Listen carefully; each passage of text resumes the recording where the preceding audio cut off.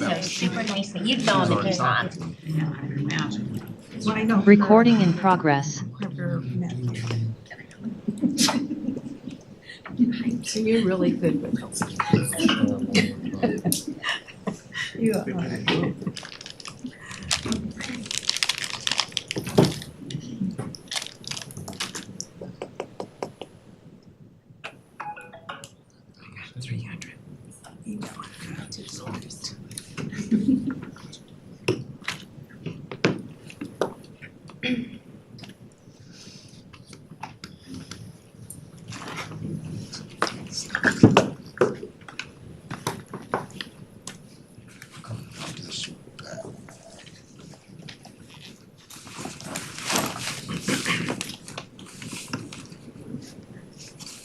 When are you surprising your Auburn? Was it on Sunday? Okay, I couldn't remember if it was yesterday or if it was 7 minutes. He just had the most amazing time.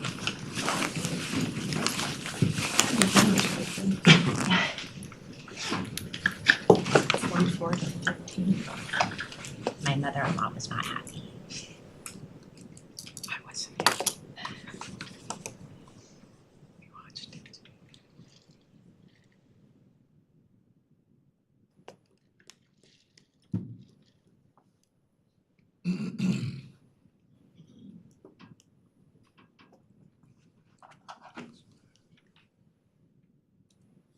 This was what I told him.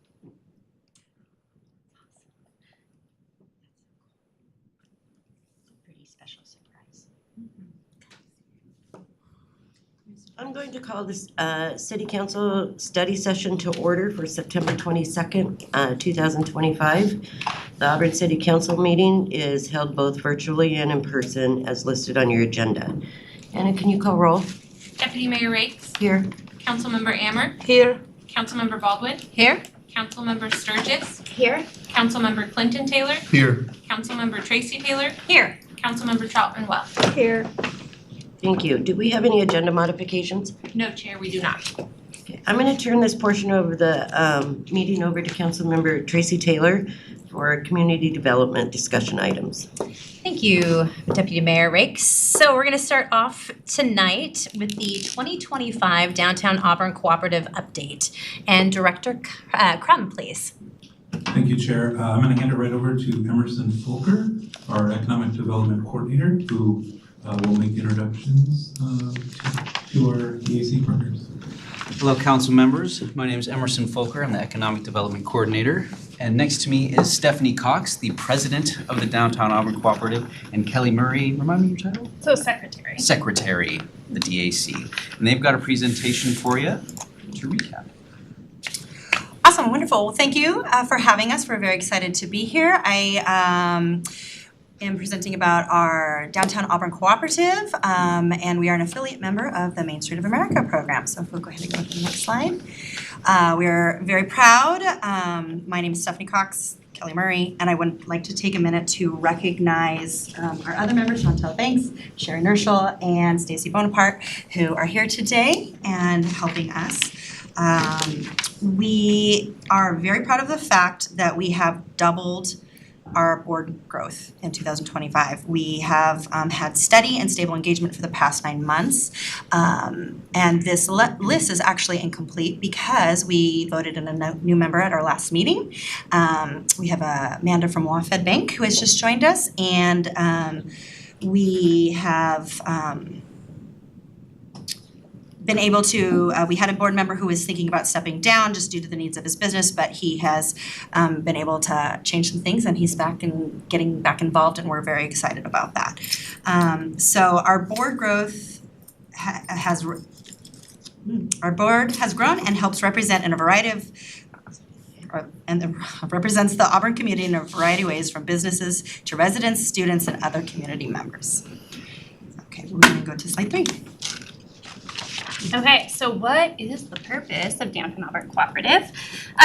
Since 1988, the DAC has worked to strengthen and promote the downtown area as Auburn's social, cultural, and economic center. As an affiliate member of the National Mainstream America program, we're working with a proven blueprint to help enhance downtown areas and be committed to be a community partner. Next slide. Oh, wait, sorry. Can we go back one slide? Great, okay. So just to kind of go over what's on the slide there, we have a commitment to a comprehensive downtown revitalization. We are doing that through historic preservation. That is a big component of the Main Street of America program. We are promoting the downtown corridor through events, activities, and design. The DAC works with the city and helps with BIA, various tasks to preserve our downtown. We organize and promote relationships between local government and business owners, and we provide a forum for our members to share their knowledge and expertise with other local businesses. Next slide now, thank you. So how are the Downtown Auburn Cooperative and the BIA connected? All businesses within the BIA boundaries are automatically members. Businesses outside the BIA boundaries are able to join for a small fee, but we welcome all businesses. Just want to make sure everything on the slide got through. Yep, yeah, great, thank you. Okay, so our meetings, we let's see here, slide. We hold our regular meeting on the third Tuesday of every month at the DAC office. They're about 60 to 90 minutes long. We cover a variety of topics. Attendance at this meeting has increased for by about 15% from years past. Our mix and mingles are another great way to get in contact with us. We have been holding these at various businesses. It's a wonderful networking opportunity for the community, and we have seen growth in our attendance at these events as well. And we've really had a fun time this year seeing a lot of the different businesses. And then our committee schedule is, our committees have really grown and they have a variety of different schedules. So we just encourage everyone to reach out to us directly if you're interested in coming to one of those meetings or getting involved somehow there. Oh, okay. So the past and upcoming events, obviously there is a lot. On here, we've gone through a lot of events this year, and they are just growing rapidly, but it's also a lot of creativity that's being brought to the DAC and the board, and we're coming up with all of these events that include many, many people of all ages and demographics, and it's been wonderful.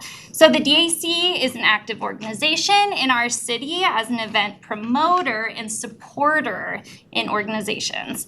Some highlights of our 2025 events have been the St. Patrick's Day pub crawl, which was very, very fun. The Spring Children's Art Walk, and us participating with our community partner events like the party in the plaza. We do still have a few events coming up. We're really excited about the zombie crawl coming up. If you went last year, it was really fun. We're excited. We anticipate more than we did last year, so it's gonna be great. We always do the giving wreath, has been successful. The DAC is very much known with that with the seniors. The Santa Parade, obviously great. And the Ugly Sweater Pub Crawl, which is gonna be really fun, but that's just to name a few. Great, next slide, thank you. So this is our schedule of our mix and mingles year to date, and we still have a few more left for the coming year. November is still a little tentative. Pie Style's putting the final touches on there on her business and hasn't quite fully committed yet, but we're very excited to continue just finishing these out and we've added a little bit of an educational piece to them, so that's really changed the mix and mingle and helped the attendance a lot. And I think the Mando's disc golf was just one of the most fun ones to be up and physical, so that was fun. Thank you. So these are just a few photos from different events we've been doing over the year. You can really honestly guess which ones are the St. Patty's Day. Obviously, there's the clean sweep, which is always successful at the city. And so just partnering with the city and all these other organizations is really great to see those partnerships. and the collaborations. And then, of course, there's the back to school event, which is fun, just to be able to talk to all of the community members and the kids. And yeah. Oh, hold. The one up in the corner. The graduation pictures are amazing. Last year we did them, this year we did them, and they're really, really moving. So it's at West Auburn High School, and we are able to provide free graduation pictures. Amazing to all of the students. Great. So to finish up some of our projects this year, we are, now that construction's done, we are very excited to get the bike racks up and moving. So that is currently finishing up our due diligence and our bids and just costs for things like that. And then there's been some conversation about adding some benches. So just kind of flushing that out. But that is our goal for the, I guess, Q4. Yeah. Yes, next slide, thank you. And we've just really spent a lot of time this year working on having better communication. We have been using our Instagram, so you can see the metrics there about some things that have been posted. And you can go to the next slide. Here's our Facebook information. And next slide. Newsletters is continuing to increase and get better every time. And our website is getting a lot of great hits, so we're excited about that.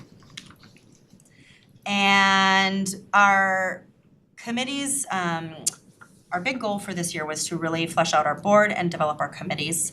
And that was really great, important foundational work that we needed to do so that we can continue to grow.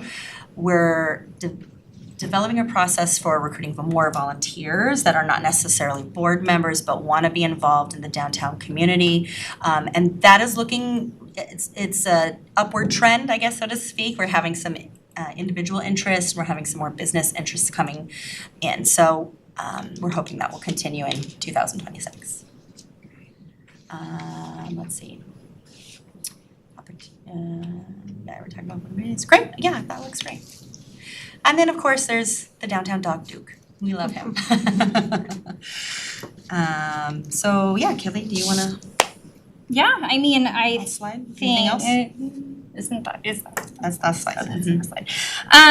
Yeah, no, we are continuing to grow and rebuild this from, it's just been a great escalation, and it's been really fun to be part of, to watch it all grow.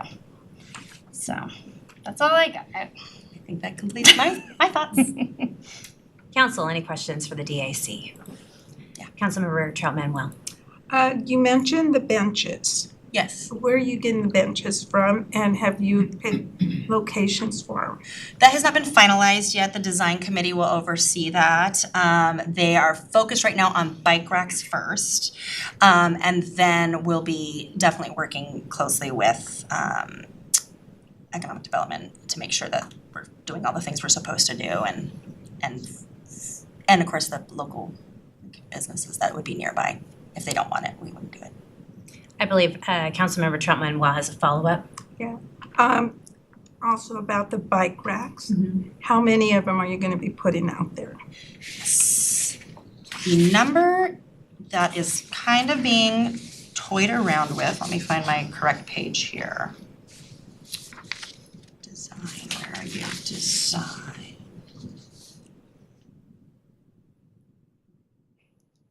I'm looking at the right page. Yeah, so the executive director, Cheryl, she went on a walk not too long ago and was able to kind of scope it out with another city member who worked together. But I believe, dependent on the size of the bike rack, it was like 37, 32, 30, no, I don't. I was thinking it was like 10 off the top of my head. Okay, yeah. Yeah, It would be a lot of bike racks. That's if a it lot of was- bike racks. Will you let us know? Yes, Oh, I apologize, I absolutely. don't have the exact Sorry, number. yes. Thank I you. apologize, yeah. Stephanie, I have a question. more along the lines of the city's made some significant investments into downtown. So how is DAC aligning their efforts to amplify the city's own events and messaging? And if you guys are planning on moving in the same direction as the city? Yeah, I think that we've had some good growth in that this year. The relationships, we're opening communication and relationships much better this year than that has happened in years past. And so our goal is to continue to develop our newsletters and our social media posts to be able to share those events or goals. And there was definitely some contract talks to like special projects that will be helping that are aligned with the city's goals and ideas. So that is really just sort of a relationship that we're continuing to build, and becoming a better partner there and making sure that we're listening and being heard and continuing to present. Councilmember Amber? I have a question, just for clarification. Yeah. How is the DAC funded and what percentage comes from BIA comparing to the other source if you have? Yeah, the BIA funds are our primary source of revenue. I don't have a percentage for you off the top of my head. That is one of our goals moving forward, to start developing other revenue sources. We do have some sources from the events we pull off, and are involved with other businesses, but the BIA funds are our primary source of revenue. I could probably add some clarity to the funding piece. So this last year, the 2025 contract, the city directly funded 25,000 of the DAC's contract work, and the BIA approved 67,000 in total. Councilmember Sturgis? Thank you, Councilmember or Chair Taylor. Quick question, how are you partnering with and aligning, just from a multiplier effect standpoint with the chamber? Yeah, we haven't had too much opportunity this year in 2025. The chamber has come to a handful of our meetings. I will honestly admit I am not a great front man when it comes to going out, because I'm usually teaching dance at these hours. So I actually had to get a sub to be here tonight. So that's definitely a relationship that we would like to continue to build and change in the future. Yeah. I have one. Stephanie? Yeah. You highlighted your social media growth, and that's something to be proud of. So can you share how those numbers are translating into actual business support and increased traffic into downtown? You know, I don't think I can. I would say we have definitely worked to feature and by resharing lots of businesses and what they're doing to our followers. We don't have access to how that helped them per se. We have worked to have a lot of communication about construction that's going downtown to followers. We do get questions back from our email newsletters, so I think that there is definitely some more intangible results. And as we continue to, as the requests to have more tangible results are being made, we're working to have like reports there that would be, we could do better reporting for you in the future. Yeah. Councilmember Baldwin? Yeah, I was gonna ask how, we've seen a lot of improvements that are happening as far as, lighting and, flowers and things that create a more inviting space in the downtown. How are you getting feedback from community members about whether they're feeling safer, more welcome? I know that's not something that's a concrete number, but from your experience interacting with your customers, what type of things are you hearing? So I do think that lots of people are feeling much safer in Auburn. I don't think the work is over. As a downtown business owner myself, in June we did have an overdose Narcan situation just right around the corner from our garbage enclosure. And I remember thinking, well, at least preschool's over. So that, is an unfortunate incident, of course. But overall, I was a little nervous about moving from upstairs, just kitty corner, I don't know where I am. Yeah, thank you. To down the street and having a main street door, and we have not had any issues. So I think it's just continuing to build trust. I think, and this has been said many times, the more people that are coming downtown, the more it's gonna push out unwanted behaviors.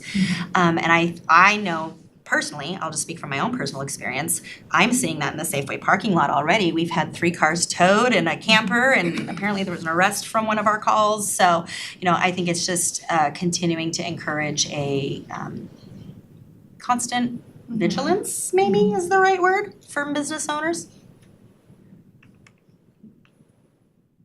Council, any more questions? Councilmember Sturgis? Thank you, Chair Taylor. So just as a follow-up from my prior question with the chamber, in the Waselli program that we're in, we've been able to build relationships with council members and mayors across the state. And from 3 different cities, that just seems to be a very huge best practice for their economic development is their local, either downtown association or economic development association working in hand with the chamber where they both promote each other's events, they kind of cross-pollinate. It seems to be a really great best practice just so that business owners can get more bang for their buck and it's not siloed. So I would love to see how we could really build that over this next year. Yeah, I welcome that a lot. I have spoken with Casey a lot personally at the chamber. I actually was a recipient of one of the awards, which was a very lovely surprise. And I think, the more we can all work together, the better things become. And we want to shine light on everyone's success, not just our own. Agreed. I think that's a wonderful goal, and we'll make sure we put that in our plans for the upcoming year. Councilmember Ammer. I have a question. As nonprofit organization, do you share your minute meeting and your website to allow the business owner or the member to review it or not? So we do have minutes. I do not know if they're on our website, but we do have a virtual opportunity that people can get it, but we can definitely look into that. Because yes, we do share our minutes at every meeting, and they're available on request for sure, but that is a good, we should make sure they're on our website. Councilmember Bowling? As a city, sometimes things happen, like the downtown road closure as we're going through our own construction and things. Is there any recommendations from the DAC for things that we can be doing better to support our downtown businesses and community?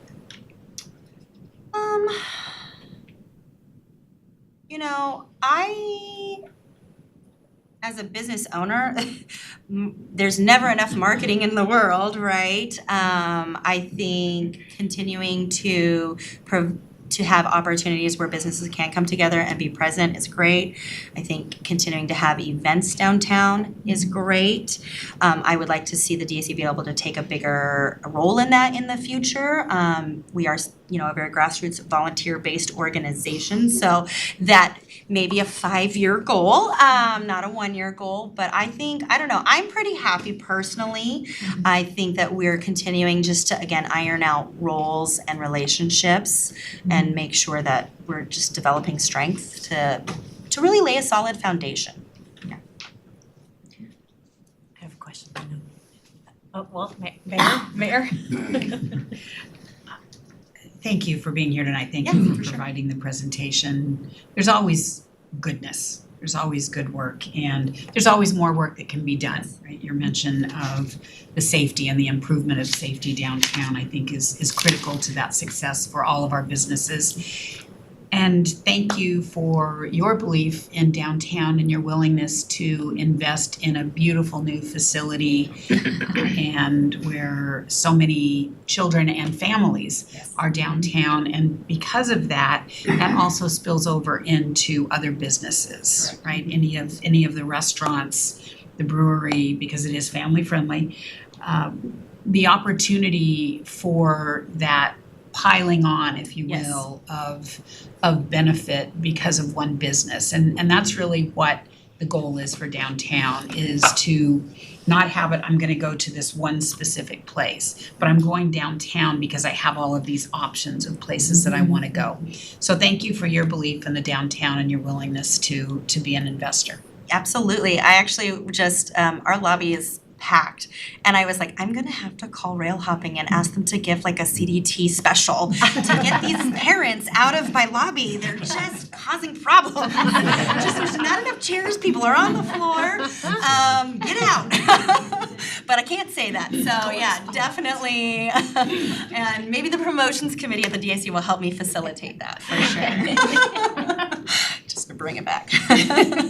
So my question Yeah. sits with something that we came back to, you were talking about tangible results. So Yes. how does the DAC measure success for the events and the programs that you do? Yes, so really, we have, this year we've had a post sort of meeting debrief at our meetings, where we have discussed some successes and some things that went well and things that didn't go well, what we liked, and if it was really worth doing again. I will say revenue source was a big goal of ours that we know we need to improve, and so that is definitely one of the metrics that we're saying this really wasn't worth our time. However, you know, I think it's important as a nonprofit group, as a community partner, that it's not the only metrics. So, you know, being a part of National Night Out was not at all a financial making opportunity for us, but it's an amazing community event that we just can't not be a part of. Being a part of the Auburn School District Back to School events, we're gonna be a part of that, even though there's not necessarily a revenue source there. So, the next sort of goal of the Main Street of America program, once we have gotten our boards settled and our committees fleshed out, is to start developing critical strategies. And so that's really the next step for us, is to really kind of outline those kind of bigger picture goals and then start creating a vision plan from there. So that's sort of the next thing, yeah, is what do we keep doing? How are we gonna change it? There is talk about doing less small events and maybe adding one more big one.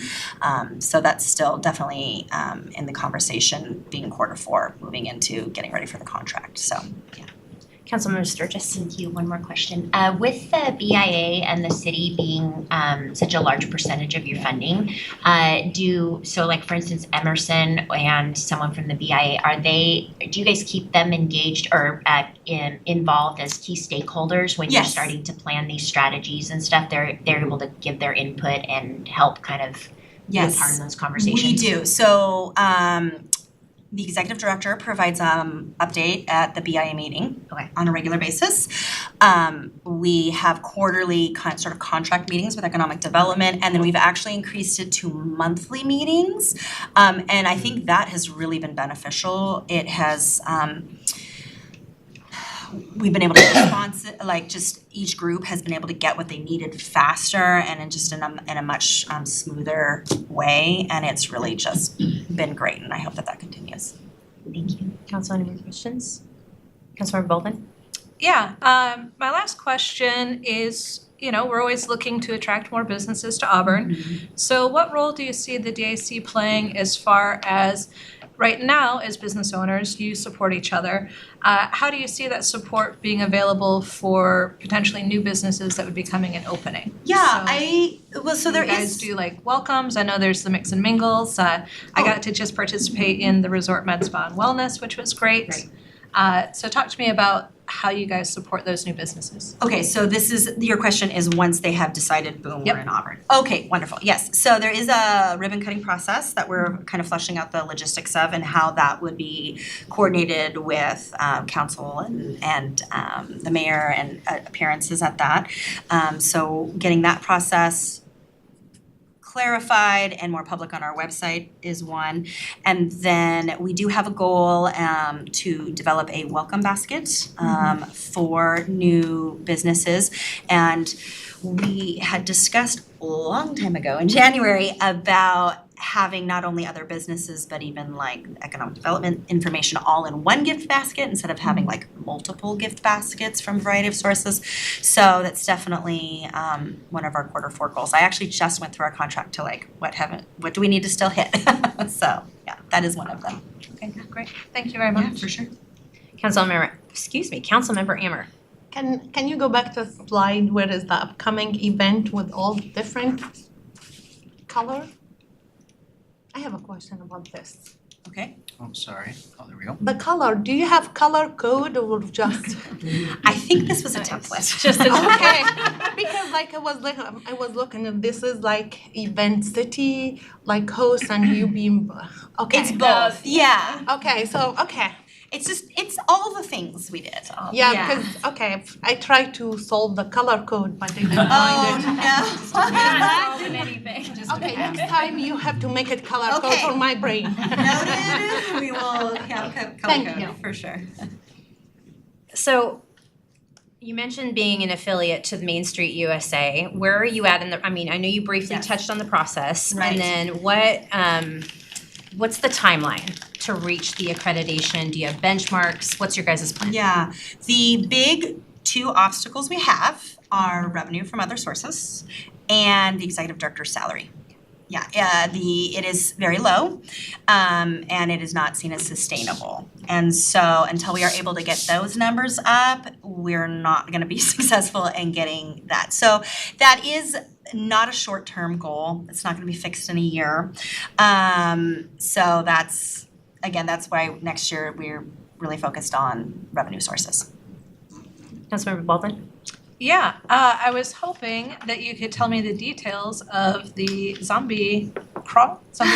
I'm gonna turn that over to Kelly. Hey. It's on October 10th. Okay.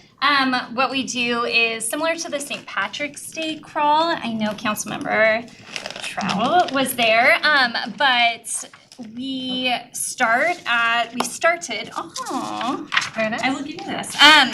We started at CX. I think this time we're just gonna start at the DAC office so that everyone can kind of come and see what we have to offer and meet everybody, and then they kind of dispersed. And we have a map that we also gave out for the St. Patrick's Day crawl too. And so it actually brings business to, there's about 7 different places that they go, and usually they have some sort of special. So it really does bring a lot of business to these certain restaurants.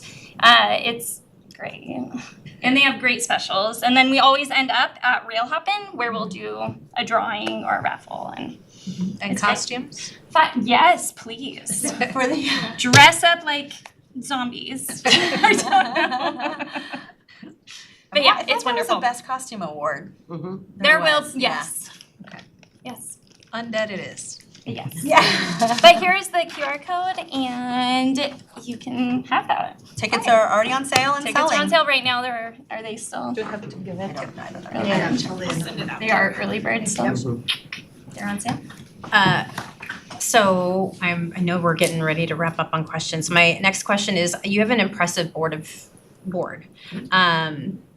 I see a lot of businesses there. However, I see no representation for the city. Is there a reason for that?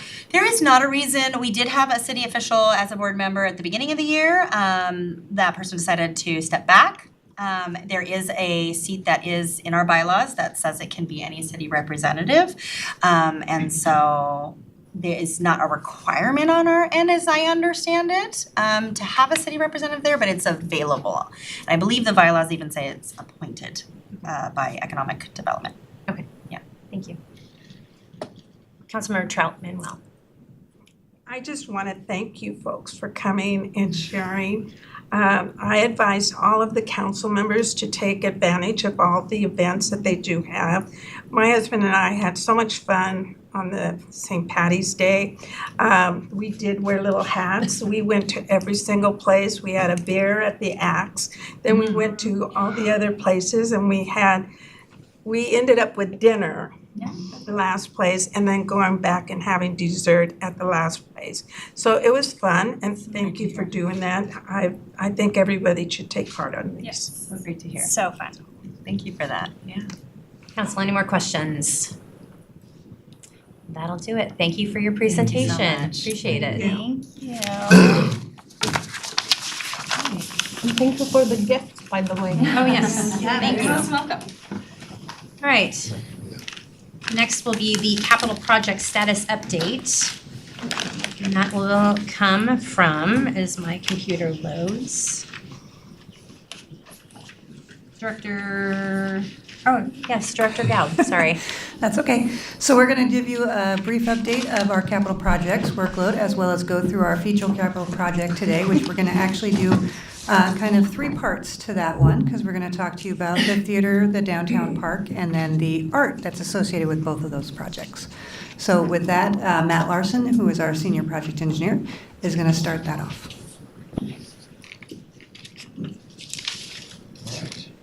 Thank you so much. Appreciate you allowing us the opportunity to come and speak with you today. We are really excited to present the feature projects to you, but we do have some other business that we want to get through. So again, I'm Matt Larson, senior project engineer, so currently we have 43 active capital projects, approximately totaling $141.9 million. Just a reminder that these budgets are extended over several years, so these are not annual budgets for these. Of those 43 projects, 25 are in the design phase, and 18 of those are currently in the construction phase.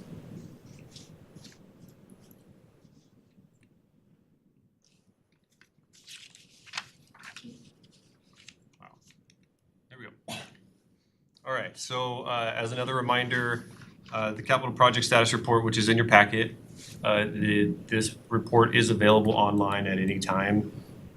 You can navigate, there's a link on here, or you can navigate to the Public Works page and then capital projects, and you can click on capital projects. There's an interactive map, and inside that map you can print out the report, or you can go to each individual project and pull up this information. There's actually a little bit more information than what we show in the report on that website, so you can get the project manager's information.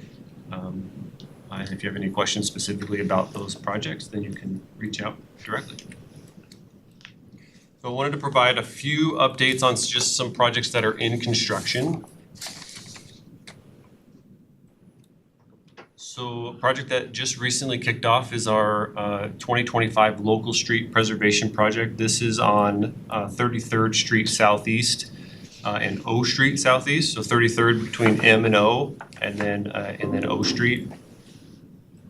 This is a pavement reconstruction project, and then we do have some utility work. There's water main replacement on 33rd and O with some storm drainage improvements as well. This project will also, with the pavement preservation, will also replace some areas of curb and gutter and then curb ramps to meet ADA requirements. And I believe that most of you are familiar with this project. This is our downtown infrastructure improvement project. We, over this last quarter, we opened up the Main Street. I thought it would be fun to show, when we came and presented the downtown infrastructure project, we had this visualization of what it was going to look like. So I took a picture of the same perspective just to show kind of what we presented before and then what is out there currently. I thought it looked pretty similar. There's still a few items that still need to be completed for this project, namely the streetlights in the plaza.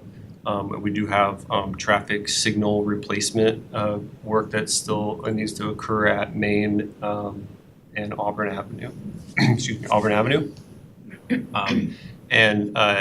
As we've been mentioning before, the lead time for the traffic signal and the streetlight poles is very long. We are anticipating getting the streetlight and the traffic signal poles by the first quarter of next year. So there is some time there.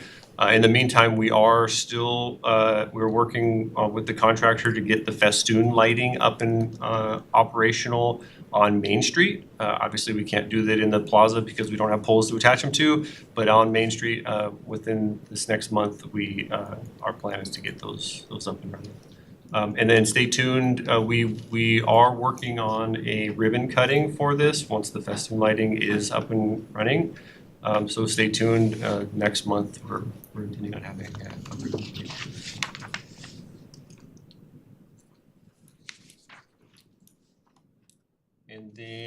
so Public Works, M&O facility improvements. I presented on this one the last time. At that time, there was just a concrete slab where the new expansion's gonna be. And as you can see in the photo, contractors moving along, they've started the framing work, and then they'll be quickly moving into the interior. We anticipate this work resuming for the rest of this year and hope to be operational in the first quarter of next year.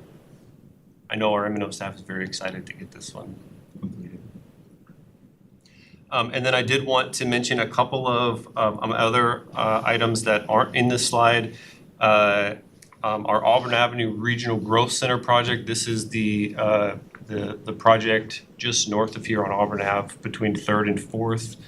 For several months now, there's been we've been awaiting traffic signal poles to arrive so that we can install the new traffic signal and then do the final lift of asphalt pavement. Those, we have confirmed that the poles are supposed to arrive by the end of this month, and they will be installed. And then shortly thereafter, we'll be paving that roadway for a final lift of asphalt by middle of October. And cross our fingers, weather dependent, as we move into October, we know that we get some rain in October, so we can't pave during the rain. So hoping to pave that out by the mid-October. And then our C Street preservation project. This is C Street effectively from Main south past 15th Street. The contractor has been working really hard to get this project complete. We have all the underground utilities done. We have a vast majority of the curb and gutter in, and we are planning the grind and overlay for that work in the coming weeks. They have a very aggressive construction schedule for this. And like I mentioned before about the weather impacts, we're coming up to those bad weather months, and we're doing everything that we can to get this paved this year. And so that comes with the cost of some traffic impacts. So just be aware, continue to be patient on this project. We're just pushing really, really hard to try to get this one done this fall so that we don't have, so we have fresh pavement through the winter. And then at this time, I'll go ahead and allow opportunity for questions on the CPS report before we move into the feature projects. Council, any questions? Okay, Deputy Mayor Rakes. I have a question that I forgot to ask you last week. So the lighting that you're putting in, down Main Street and across to B Street, is that lighting gonna always be clear, or can it be changed to different colors for festivities? If you're talking about the string lighting across, it has the opportunity to change lighting. Okay. Change colors, yes. Thank you. Yeah. My question sits with the construction project on C Street that you were just talking about. I've seen the crews working overnights, daytime and whatnot. I know that we're getting close to, it does cause a little bit of an impact on Highway 18. Are we working with WashDOT on trying to mitigate some of those backups and try to relieve some of that congestion in that area? Yes, we've been working very closely with WashDOT. As you know, they have some closures of 18 planned as well. There's also been some other work in the area that they've utilized city streets for detour routes and things like that. So there's been constant contact, and we have a direct line of communication with WashDOT. They have an inspector that's assigned to our project, and we're in contact with them regularly as well. Fabulous, thank you. Council, any other questions? Nope. All right. Okay. You want to introduce yourselves? Sure. Thank you for having us tonight. We're really excited to be here for not only the Auburn Avenue Theater Replacement Project, but also the Downtown Park Project. I'm Julie Kruger, the Director of the Parks Arts and Recreation. With me tonight is Allison Hyde, Arts Supervisor, and Jim Kleinbeck, Arts Coordinator, who can answer questions along the way if they come up. But Matt will present on the theater replacement project first. Then I'll jump in and talk about the downtown park, and then we'll talk about the theater and park artwork as well, because they're all together. All right, so I am the project manager for the Auburn Avenue Theater Replacement Project. So I got to do the downtown infrastructure project, now I get to do the downtown theater. I'm very excited. This, so over the last several months, we've been very busy designing this new theater. As a reminder, this is a replacement of the previous theater. We were tasked with creating a theater that was utilizing the same programming that we had at the original theater, with obviously new upgraded amenities, and then more efficient function of the space. As a reminder, the previous theater was originally was designed and built as a bus depot. So the fact that it was changed into a theater over time, created some inefficiencies. Although the city, over the years, has really done a really good job of utilizing the space effectively. And the previous theater was a beloved space that was used for many years. And it did have some inefficiencies, specifically kind of the back of house that nobody really got to see, very cramped spaces. But like I said, the area, the theater itself was creative use of space. We'll say that it was effective, and. Some other things to consider on the previous spaces. Concessions area was very limited in the front area. I don't know if you can see my cursor or not. The concessions area, if you remember, if you've been in the old building, that area was pretty meager. And then, like I said, limited back of house. And then another issue that was brought up over time was the fact that the talent did not have their own restrooms, and so they would share the restrooms with the patrons of the theater, and so it could be kind of awkward in that space. So we're really looking at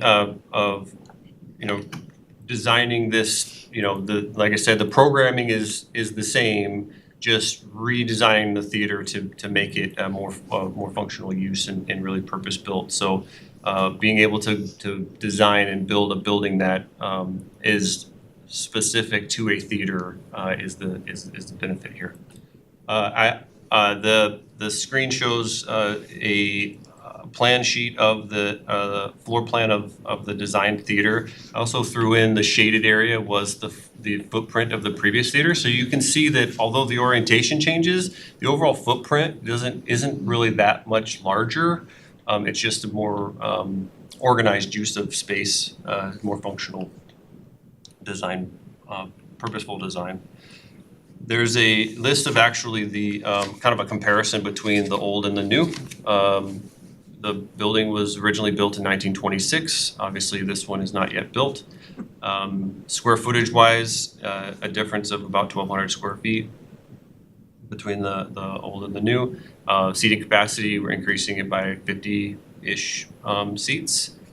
And concessions areas, we'll have a more robust concessions area. There'll actually be a green room for the talent to be able to rest and relax prior to and after the performance.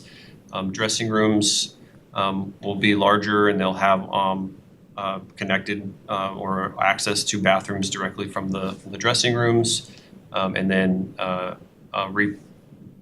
rethought storage areas and production support areas that were limited in the previous area, but more thoughtful use of the space for those.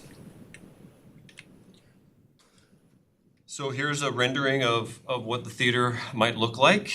This angle is from basically the intersection of Auburn Ave and Main Street, so you're looking northeast. The glass that you'll see in the front, that is the opening to the lobby area, so it's kind of an inside-out look. Makes the lobby space more inviting. It makes it look more open with the tall windows, and then the marquee sign that's shown. This is still a work in progress. It just kind of gives you an idea of what our intention of having a landmark style sign at the corner. So those that are driving through catches their eye, they could say, hey, look, there's something going on at the theater. But this does give you a general look at what the facade might look like from the Auburn Avenue side of things.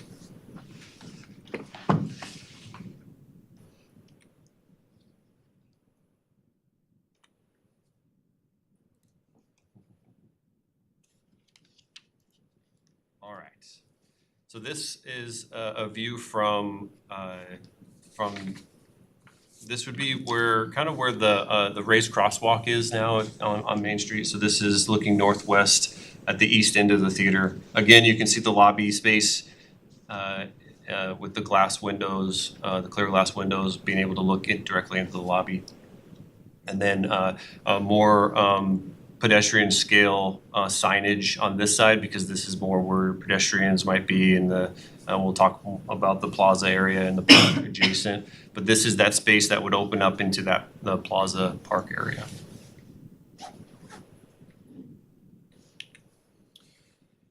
And then this is just a visual of what it might look like inside. You know, pretty standard theater space, but the idea here is that it's a little bit moody but comfortable inside the space. And then budget. Total project cost is $12.1 million. Some of the funding sources are there's a developer contribution of $4 million, real estate excise tax of $4 million, park impact fees of $2 million. We have a grant, $1.5 million from the Washington State Department of Commerce, and then we have $600,000 in our ARPA funds. We actually were awarded another just shy of $500,000 from the Department of Commerce. We're in the process of getting that getting under contract with them for that money. I believe at one of the next council meetings, you'll see a resolution to accept that grant money. So that's exciting. We're also working, Parks Department specifically is working on other revenue sources of potential grant money. So, you know, cross our fingers. We're hoping that we can get a little bit more grant money. The grant money that we receive is going to, I mean, this budget is very, very tight with the amount of amenities that we're trying to get into this thing. And we have limited furnishings and fixture budget for this. And so any grant money that we get will help us have, you know, be able to purchase or just give us some more flexibility in that in making sure that that we get some of the amenities that we need or that we want. Just gives us a little bit more flexibility. And then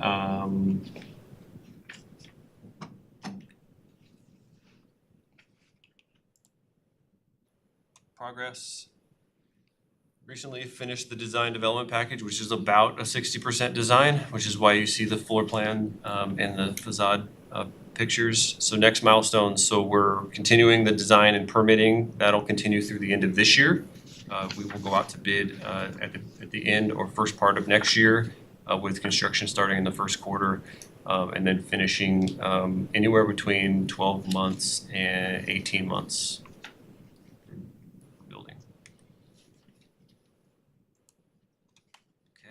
And I'm gonna talk about the downtown park. You wanna drive? Yeah, I'll drive. Awesome. So just location, center of downtown, obviously. We dropped in a initial concept was developed in 2024 when we applied for our Conservation Futures Trust application. So that was kind of the basis of how we got the original grant funding from Conservation Futures. And so kind of that whole space of both the Theater Plaza side, where the former comic book building was, which is Conservation Futures, and then the alleyway right away in between the Postmark Theater and the park side, just in terms of concept. So for the park, we presented to the park board on September 3rd, the kind of design that we'll show you. It was interesting that the Downtown Auburn Cooperative was here tonight. We presented to them and showed them the draft concepts last Tuesday, and they were very excited about the opportunity that the park will bring to downtown and their work in the downtown. So it was really great to share with them and kind of brainstorm some ideas of, as you heard tonight, like things that they'd like to do in that space as well and really energize the downtown. So we're excited to continue work with them. We're here tonight presenting to you. And then, as Matt mentioned earlier, the plan is to include this in the bid package with the theater. So as they'll be working on both projects in tandem. They'll probably stage in the park as they're building the theater, and then once they move inside, they can work on the outside for the park. So they would open together, and so we've got a complete package of new opportunity for the downtown. Funding sources are outlined here. We've got that initial Conservation Futures grant for almost $1 million. A portion of it was for acquisition of that property, and then for the demolition. We also have a state of Washington direct appropriation for the park at $250,000. We will be using park impact fees, and we've coupled together some remaining funds from other downtown projects. And I think I just confirmed today that there is about $100,000 in ARPA funding that was available for the postmark. The intent will still be to use it for the postmark along the alleyway, but we'll try to probably combine it in this park project just for ease of tracking, and instead of having to tap into different funding sources to move it to this capital project will likely make sense. And we'll do that as part of the BA that's coming up. I mentioned before that the CFT funds were already spent, and we've been reimbursed for those already. The new space, here's kind of the overall goal of it. It's connecting the postmark, the Auburn Avenue Theater, Main Street, and then the newly completed B Street Plaza. So all of those pieces and components were taken into account when we started the design work. It really creates that theater plaza for the east entrance of the theater that Matt showed, and then the site for public art, which we'll talk about a little bit later. And then it serves really as a gathering space for general passive use. So community events, park programs, and more. We're really excited that this green space in downtown, the energy it will create for the downtown, and the city as a whole is so important. So I think in a lot of the surveys we've done and the survey work we do with park programming, and the park pros plan really talks about not having a green space downtown. And yes, we've got a couple plazas, but really this is going to be an incredible downtown park. And so the opportunity is, we're really excited for the future of downtown with these really cool new amenities that we have. So I'm going to talk about the western portion of the park first, which includes that remaining portion of theater parcel that Matt was able to show. There was kind of a sliver of a theater parcel that's still remaining. And so the dotted yellow line, it's kind of hard to see on the big screen, but it's that section, correct, on the east side. So it really creates a gathering plaza for the east entrance of the theater. So you saw how that kind of inside out opportunity, it gives people who are coming in and out of the theater really a good spot to gather in on more concrete versus grass. And so that kind of oval shape outside of those doors is the intent. That parcel is not part of the conservation futures, and so it allows for some additional hard surfacing that isn't allowed on the other side, which I'll talk about in just a moment. And then it also includes stormwater facilities for both the park and the theater, and so to have those abilities for that stormwater feature underneath that surfacing is a needed component. So then on the eastern portion of the site, which is the red outlined area, that's the area that we purchased with the Conservation Futures grant funds. And those funds included the demolition of the building. This parcel requires a minimum of 85% green space. So it's really hard to create lots of different opportunities there other than some grass and some landscaping. And so that's why that portion looks as it does. There's just a lot of green need on that side because there's deep restriction on that sliver of property. And then the top portion, this pink outline, is really it's the current right of way. And so that design is still in progress. We wanted to kind of show it transparent so you can kind of see an underlay underneath of it, but it's not complete yet. And so we need to allow for access to the easements that are in that right of way. We need to be able to have trucks and large scale box trucks and the like to get to the theater loading doors, which is the blue square where we'll load in and out for theater productions. And then it also has to be accessible for the stormwater, the Vector truck. And so really, we want though that space to be part of the park. So you don't feel like, oh, here's a cool park and then here's an alley. And so we're trying to make sure that it blends naturally and it creates of similar features and space. And we're just not quite there of what that will look like yet with some of those features. So more to come. Additional considerations for kind of that area is postmark and park events, the stage and pedestrian connections, and then food trucks and event access. So we've got a little bit of work to do on that right-of-way section. So overall, for the park space, we want to provide pedestrian flow and connectivity from the B Street Plaza, Main Street, and to the Auburn Avenue and the postmark. So you'll see a lot of those pathways that are meandering through all the areas.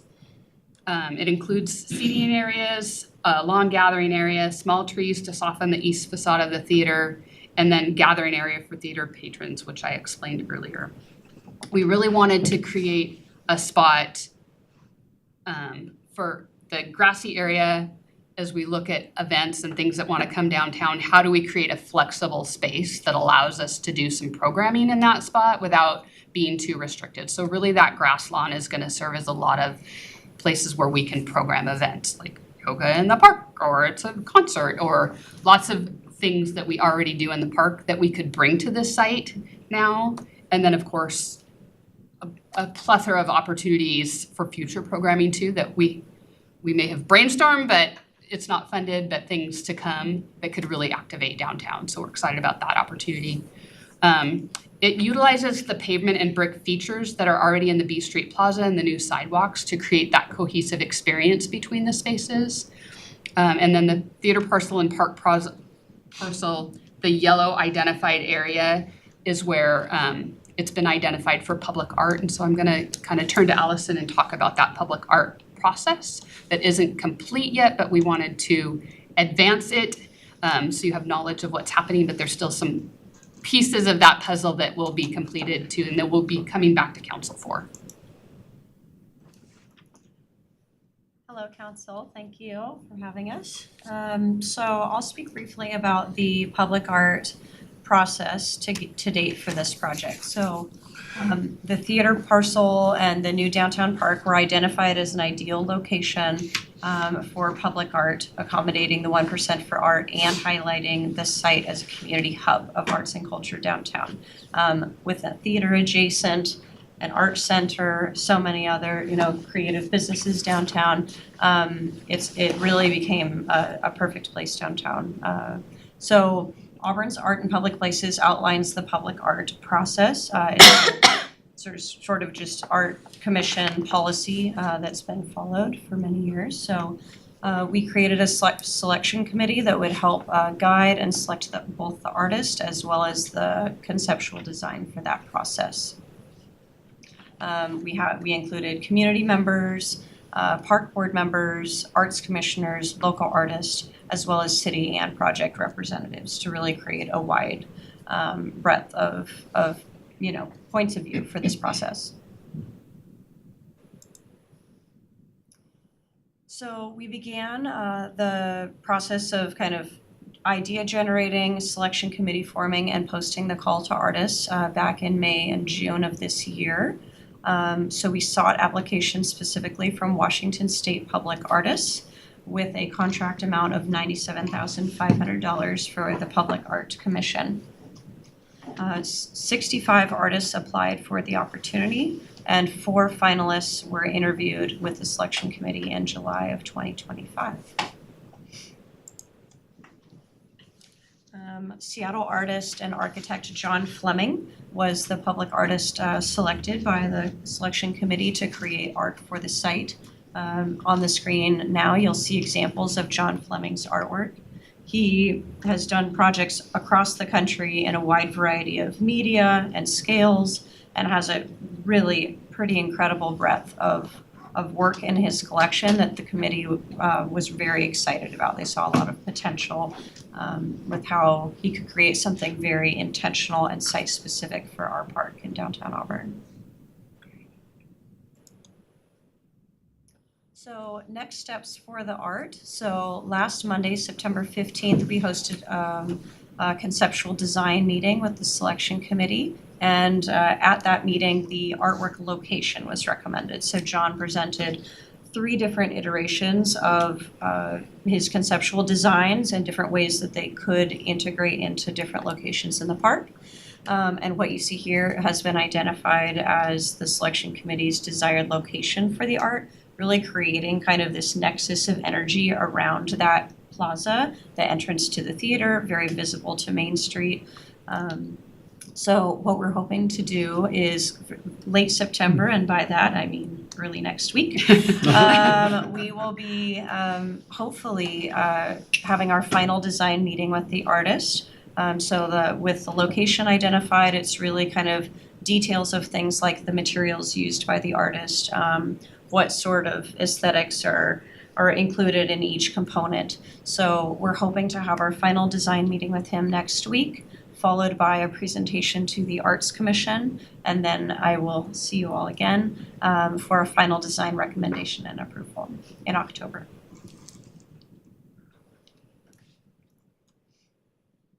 Any questions about the public art or the park? Wasn't sure where we were. All right. Council, any questions?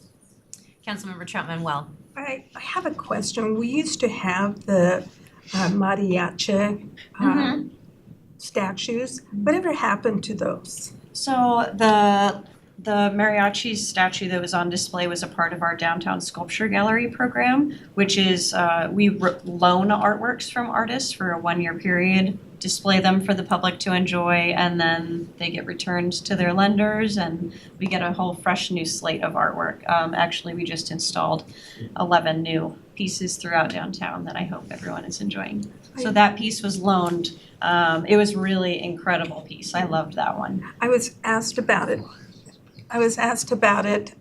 because of Hispanic Heritage Month. And the Latino community really loves seeing that out there. So I was just wondering if it was something that we could return, have it back, or just at that one time and that's it. So the artist of that piece is deceased. However, there's a foundation that manages the loans of his artwork, and they were really incredible to work with. So it would be all, they seemed really amicable to the idea of loaning works from the collection. So it's definitely something that I could reach out to them about and consider. That piece in particular is far outside of the purchase award amount that we have annually for the city. It was a $50,000 sculpture, but we got the wonderful opportunity to enjoy it for a year, which was really great. So thank you for that feedback, definitely. Thank you. My question is more along the lines of grant funding. I know that we were talking about exploring other options, but For Culture fit in somewhere into this? They do.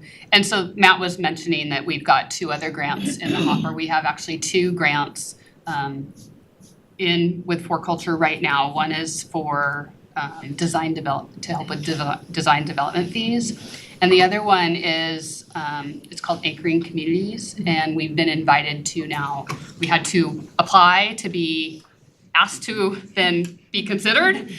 So we did the initial application, we were invited to now officially apply.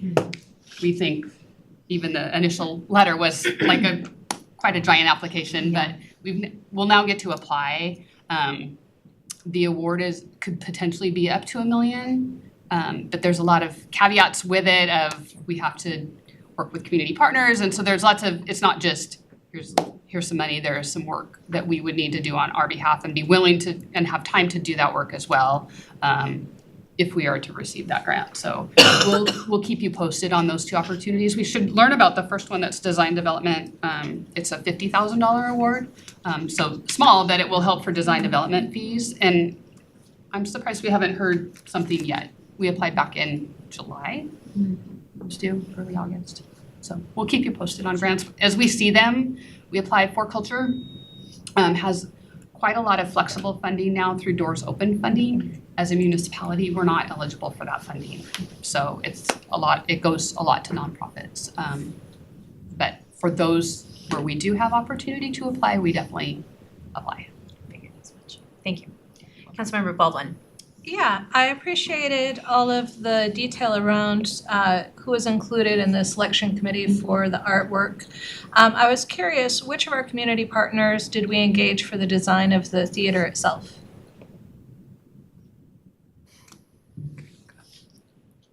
So,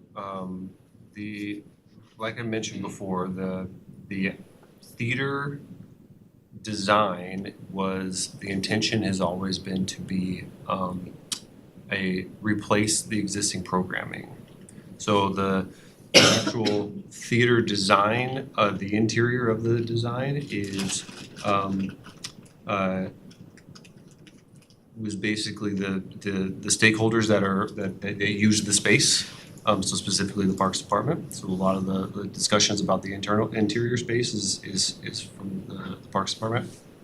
And the exterior space or the exterior design elements, they have to meet our downtown design standard for the site design. And so we use that as a guide to guide us for the actual design of the theater. Okay. Councilmember Baldwin. Thank you. So clarifying question, if we're doing a, $12 million investment into a new theater for the community, who did we talk to outside of our Parks Department as far as potential users for the space? Did we engage the symphony, the dance theater groups? Did we engage other, I don't know if there's musicians or things, people in our community that would want to take advantage and use that space? I can jump in for a little bit. Yeah, that would be great. We did talk to the symphony. We tried to actually get a For Culture grant with the symphony as a community partner for this space. They have to own the space, so the city can't own the space. So we can't apply for that grant funding with so many restrictions. And so we did try to work with them to accommodate symphony performances at the theater, which requires a different level of orchestral music and a whole bunch of very expensive modifications to what the replacement of the theater was. And so we did do a little bit of work to try to accommodate other symphonic music in that space. And it was a square peg and a round hole for culture grant funding that we couldn't overcome. Councilmember Baldwin. So follow up to that, there's Department of Commerce grants, there's For Culture grants, there's any number of grants that can potentially provide funding for things. So it sounds like there was a decision that because there wasn't sort of specific grant funding, that we weren't going to pursue something that would support having symphonic or orchestral music in the new theater space. Is that correct? I think we've applied for quite a bit. The Department of Commerce grant funding we've gone after to even just fund the theater that it was going to cost. So it wasn't to provide additional opportunity beyond just the replacement of what we were replacing. We almost $2 million of grant funding to just even get us to that $12 million of being able to build a replacement facility. I'll jump in and say I'm pretty impressed with the tenacious work that you guys are doing to find the funding to make this project successful. I'm also really excited to see our community come around this, especially for the kids' dance theater. That's going to be fun. I remember the days when my daughter would dance, so I'm looking forward to seeing something like that too. So you guys have put in some hard work. You guys have really gone after it, so thank you for what you're doing. Appreciate it. Council, any more questions? Councilmember Baldwin.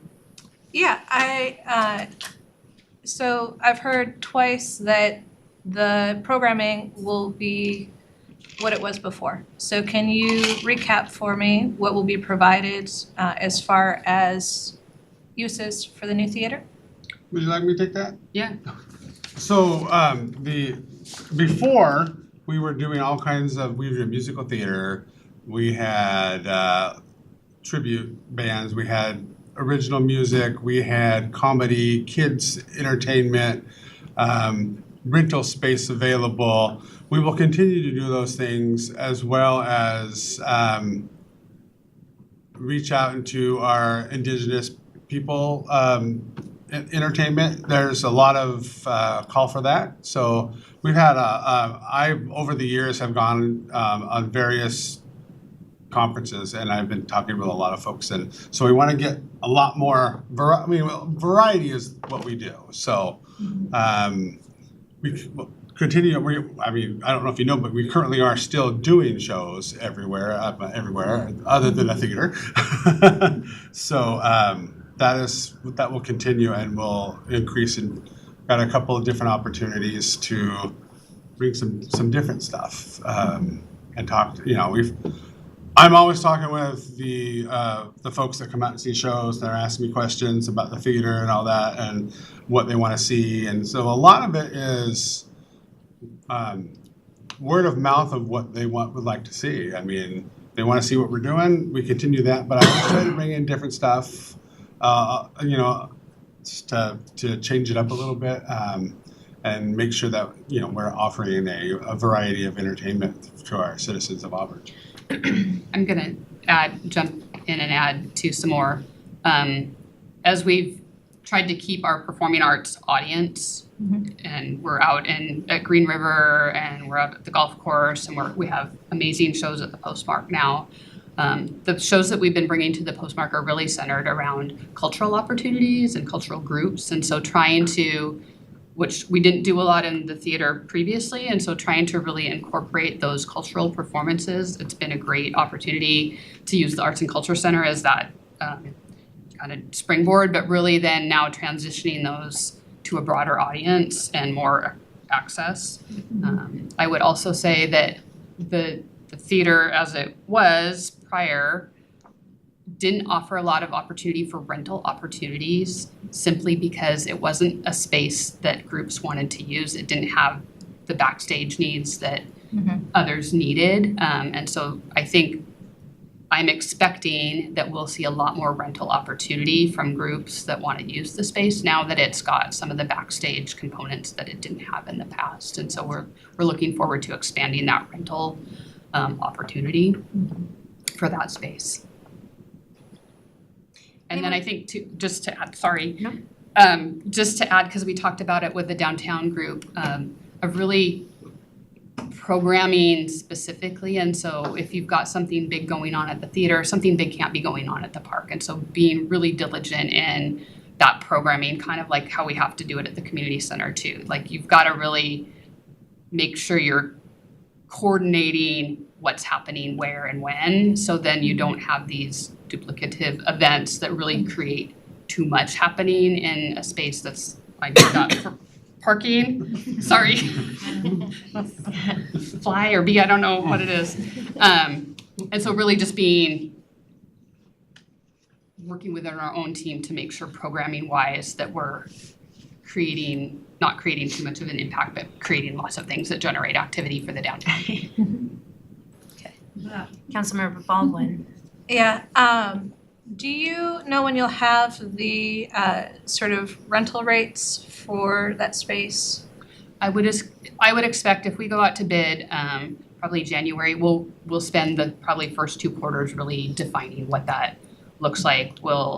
Jim's actually heading to a conference soon that we're getting information from other rental houses to like, what do we package? Because I think what we had in the past isn't gonna make sense for a new facility. And so we'll put those rates together, similar how we had to outline that for the Postmark rental. Okay. That'll be the course of the next, probably first and second quarter next year. Councilmember Sturgis. Thank you. Will that be on the website once this gets up and running so that people will be able to apply online for usage? Okay, awesome. Yeah, it'll help once we go out to bid for the theater project and park. We'll know the timeline a little bit better, so then we'll work backwards to make sure we've got that. And as we're probably booking our own things that we program, then where are the gaps that we have available for rentals? Yeah. Councilmember Baldwin. So just following up from the earlier question for, what the additional overhead would have been that put us in the direction for this particular design, what would that amount have looked like if we had gone in a direction to support orchestra or in that space? Matt, you can help me here, but when we initially did what would it cost to add orchestra, it was over $1 million to add that capacity to this project. And that was just for the That was just for the technology. Mhm. There were other elements of the building structure itself because of the acoustics is just completely different between the two. And I'm not a theater designer, I'm project manager to manage the project, but this is information that we've been told from our design team. Councilmember Baldwin.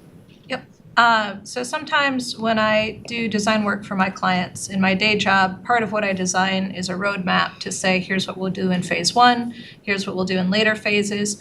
With our current design, have we left the door open from an architectural standpoint where if we were to get that additional funding in the future, that we could fit that additional function into the space? Or does the current design not support that expansion down the road?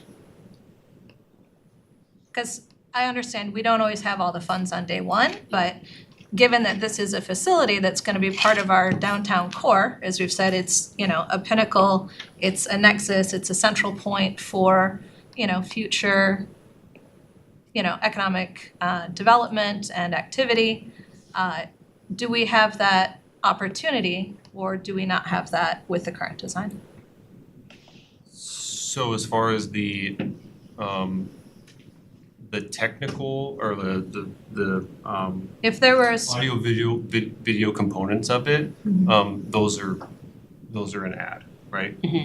As far as the structure and the acoustics, without knowing specifically what the modifications would have to be, I would say that it there's potential, but that it wouldn't have the same acoustical function that you would have at like the Performing Arts Center or something like that. So the building design would have to be significantly different to accommodate an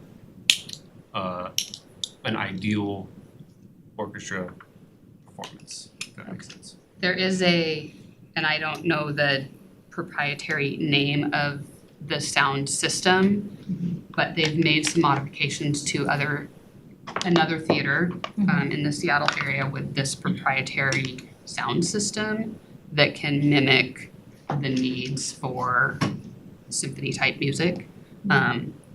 It's like $1 million as well, and so that I think potentially we would have to go back and review it, but that's what we gave to the consultants working with us of like, here's an opportunity. I don't know based on now the equipment that we're putting in our system, what that looks like to then either replace or then add to.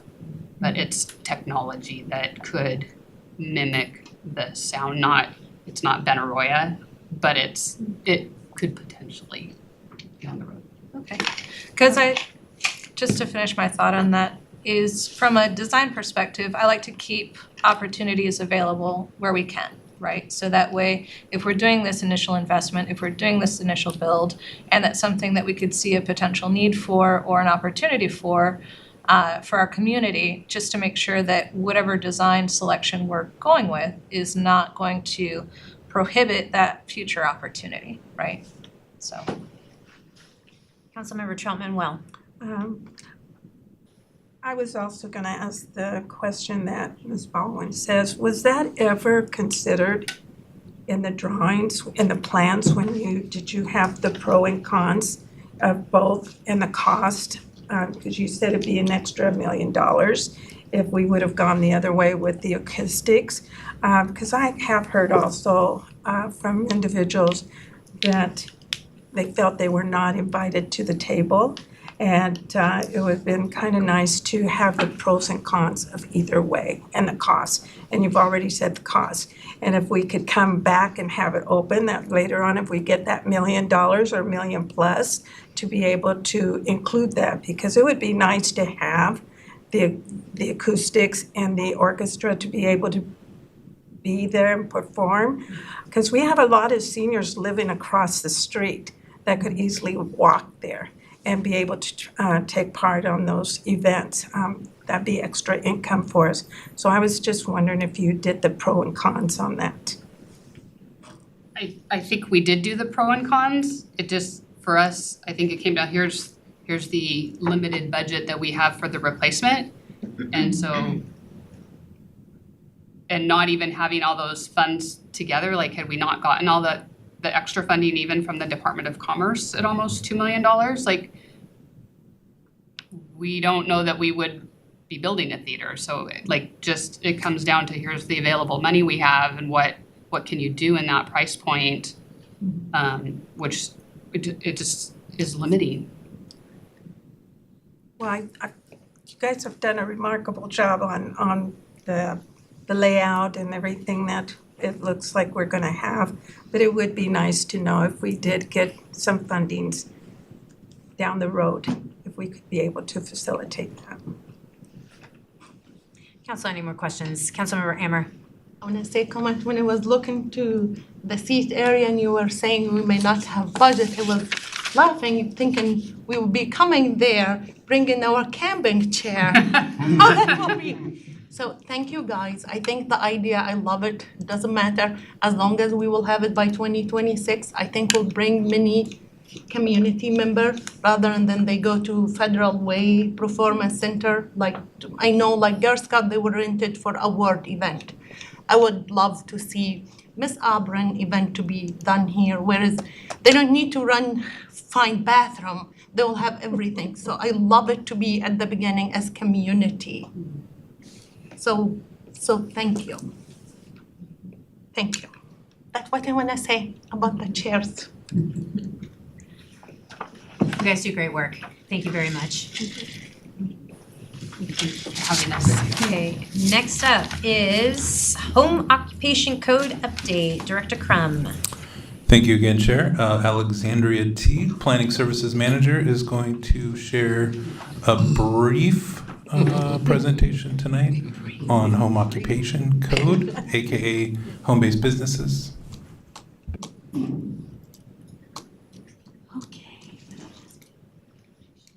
Okay, that's as slow as it goes, that's right. Okay, thank you, Mr. Crum, good evening, Chair Taylor, City Council members, Mayor, my name is Alexandria Teague. I am Planning Services Manager in the Department of Community Development. Today, I'll discuss the proposed code updates related to home occupation. Over the next few slides, go into this discussion. But before I do that, I want to walk through some of the historical context of home occupations or home-based businesses. I likely use the term interchangeably within the city of Auburn. And my presentation starts on page 70 of your packet. So home occupations were first included in the city's zoning ordinance in 1953. And then in 1987, they warranted their own separate chapter. Home occupations are subject to 13 criteria or requirements, and these were last updated in 2012. The home occupations are evaluated against these 13 criteria or requirements, and then generally just permitted through a business license. There are a few types of home occupations that we call special home occupations, and they require a special home occupation permit. These typically include excuse me, building and construction contractor services like landscaping services, personal service shops like a nail salon, massage, music and dancing classes, includes like yoga studios, craft classes, includes like ceramics, tile, sure, animal grooming, and then home occupations that can't meet all 13 requirements. Special home occupation permits are a type 3 decision, meaning they have a 170-day timeline. Now, that doesn't mean it takes 170 days to issue a special home occupation permit. That is the time that the city has to issue the permit. But it does include quite a bit of processing, a notice of application, notice of public hearing, a staff report, then the hearing examiner rendering a decision. So they are approved. The hearing examiner must conduct a public hearing and then renders a decision 10 days after the hearing. So that time, process, and cost for a special home occupation is often a barrier for someone to pursue a home occupation. And to that point, over time, staff has learned which code section and requirements tend to trip up applicants, ones that are not well understood, and frankly are just a barrier to home occupation. And then I would like to add that this is actually a code that we are not reactionary. It's not based on a state law. It's not based on anything. This is based on Auburn's practices of processing home occupations. So the goal of this amendment is twofold: to update and simplify the home occupation standards, and two, to change home occupations to a type 1 decision. So we are proposing to, staff is proposing to revise the following code sections. These are the provisions that have been recommended by Planning Commission. And I'll summarize the effect of these revisions. So the first is, as I mentioned, changing special home occupations from a type 3 decision to a type 1. Reclassifying home occupations or special home occupations as a type 1 decision would allow staff to issue the decision within a 65-day time frame. Public notice would still remain a required component of a special home occupation of the review process. And conditions of approval, if necessary, would also still remain a component of that decision. I'll want to add that in the years that I've processed home occupations, team has processed home occupations, special home occupations, the hearing examiner has almost always accepted staff's recommendations without any changes. Just here's conditions, package them up, renders the decision. And one of the commissioners mentioned that he has been through the special home occupation process, and what is being proposed, has been recommended by Planning Commission, seems easier and more streamlined. The second is a change to 1860-20. This includes 3 main revisions. First is increasing the number of non-resident employees from 1 to 2. While this seems modest, it could help a home-based business eventually have enough staff and eventually transition to a brick and mortar at a later date. Having more staff, having more capacity. Second is defining the floor area allowed for home occupation. Right now, the code says it's 1/4 floor area of any building. The proposal is to change that to a flat 500 square feet. That will also align with the International Residential Code. Makes it easier to understand. It's 500 square feet. It's not 1/4, not 1/4 this, 1/4 that, 500 square feet. And then allowing modifications of accessory structures. This would allow the homeowner of a home-based business to modify accessory structure to better suit the needs of a business. For example, personal service shop, like a nail salon, to do some interior renovations to make it more, amenable to a nail salon. And if applicable, it would still be subject to a separate permit review, a residential alteration permit. And then moving on to 1860-30, this is essentially just a formatting change. The exemptions are now in a list instead of a paragraph, makes it easier to read. And then 1860-40, this revision the revision to this section, allows for the community development director or designee to elevate the decision for a special home occupation to the hearing examiner. So in cases where a special home occupation generates significant concern, controversy, a lot of public comment, then the community development director has the ability to elevate this now to the hearing examiner for an independent arbiter to hold a public hearing and then render a decision. And then the last, 1860-50, this just adds that hazardous material processing, testing, or manufacturing within residentially used structures and their accessory uses in commercial and industrial zones is permitted as a home occupation. Sounds like a mouthful, but we do have residential zone structures or single-family residences in commercial and industrial zones. Yes, they are typically non-conforming in that point, but they still are allowed to have a home-based business. We just want to make it clear that even though you're in an industrial zone, you can't really do industrial uses. It's a residential structure, still has to remain residential.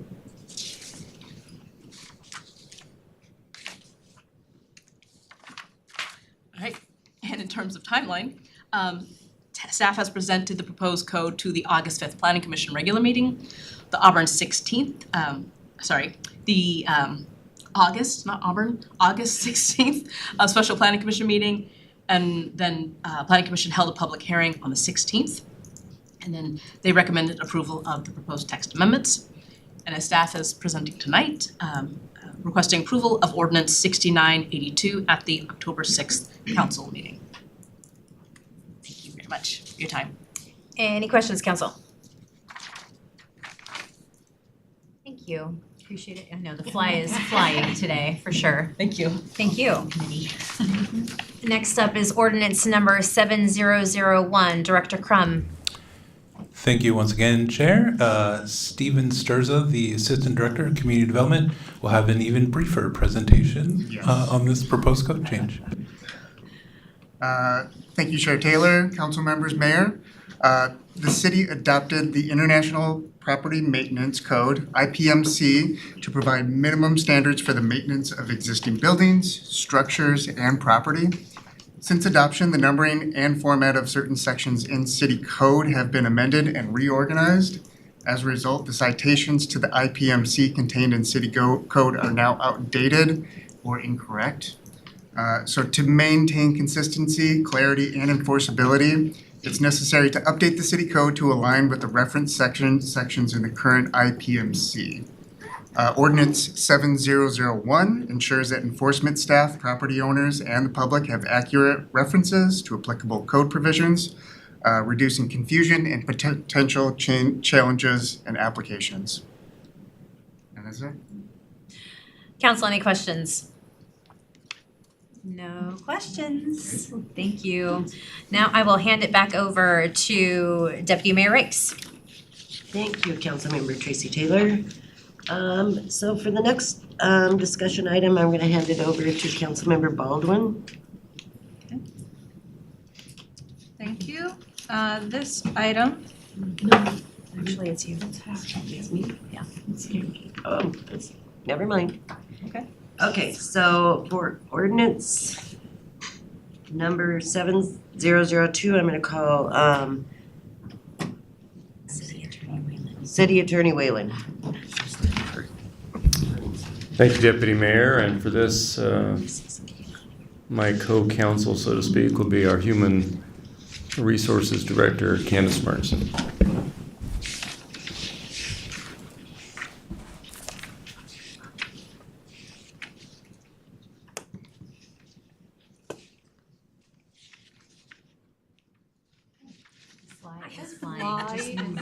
Yeah.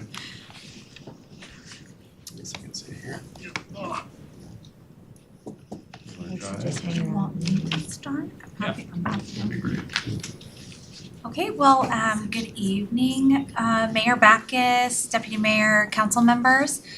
Candace Martinson, Director of HR and Risk Management. And as you're all aware, I manage the King County District Court contract for the city of Auburn. And so currently Auburn contracts with King County District Court for court services, and in May 2025, council adopted resolution 5827 directing termination of that interlocal agreement by the end of 2026. And ordinance 7002 formally establishes the City of Auburn Municipal Court effective January 1, 2027. And the follow-up ordinance that is yet to be numbered, so ordinance XXXX, amends existing city code sections to replace references to King County District Court with Auburn Municipal Court, ensuring consistency and clarity. And so the key provisions of ordinance 7002 establishing the Auburn Municipal Court, and it creates the Auburn Municipal Court under RCW 3.50 authority. And effective January 1st, 2027, Auburn will operate its own court located at the Auburn Justice Center. And this ordinance defines the jurisdiction, so the municipal court will have exclusive jurisdiction over all traffic, parking, civil infractions, and criminal violations of Auburn ordinances. Establishes process for appointment and eventual election of judges with salaries tied to 95% of district court judges. That is set by the state of Washington. And it outlines independence of the judiciary, procedures for judge pro tem, vacancies, removal, court employees, revenues, and sentencing authority. The yet to be numbered ordinance, the key provisions of that are to amend Auburn City Code 2.22.030 to update definitions and ensure references are consistent with the new municipal court. Removes outdated references to King County District Court and ensures that starting January 1, 2027, the Auburn Municipal Court will be the sole court of jurisdiction for city matters. And it authorizes the mayor to implement necessary administrative procedures to support the transition. So next steps, council hopefully approval of both ordinances, and that finalizes the legal foundation for the municipal court. And then staff will proceed with implementation planning, so hiring the judicial appointment first, then the judge hiring a court administrator, and then facilities planning, staffing, IT systems, and budget alignment. And then the municipal court will officially open for operation on January 1st, 2027. So just high-level overview to kind of summarize all of that. Ordinance 7002 establishes the municipal court, and the yet-to-be-numbered ordinance amends existing code references. So we need one before we can have the other. And so, City Attorney Whalen, did I skip anything? Is there any legal jargon that you want to add? There's always legal jargon. Jason Whalen, Mayor and council members, your city attorney, we're here to answer any questions. We put together the draft of the proposed chapter 2.14 that stands up the new Auburn Municipal Court, and Ms. Martinson outlined for you the provisions of the draft chapter 2.14, but we're here to answer any questions you may have. Council, do you have any questions? Councilmember Baldwin. Yeah, it looks like the document is still titled Othello Municipal Code. So should I presume that's where we referenced the bulk of this content? I'm looking at, well, yes, I think Mr. Byrne did use Othello ostensibly because it was the most recent jurisdiction to stand up a municipal court, and the administrator of the courts in Olympia said, hey, you might want to look at this recent draft of an ordinance, but you're correct, we will not call the Auburn Municipal Court the Othello Municipal Court if we can avoid it, but yes, thank you for that. Thank you. I have Councilmember Baldwin. Oh, sorry. Not my turn. Councilmember Baldwin. Thank you. So one of the things that I had noted within the code is that within 30 days of the chapter being effective, the mayor would appoint a judge subject to confirmation by city council. What are we anticipating as far as the number of judges that we would need for our municipal court going forward, and what would that timeline look like? Are we starting with one? Are we starting with two? Talk me through it. We're starting with one, and so the statute does provide for the appointment authority by the mayor, confirmation by the council within 30 days after adoption of the ordinance. So it's a little, that's what the statute indicates, but we know that it may take a little longer than that. Ultimately, to answer your question, based upon the caseload that we have, we're going to have 2 full-time judges. So we're going to start with the appointment of one.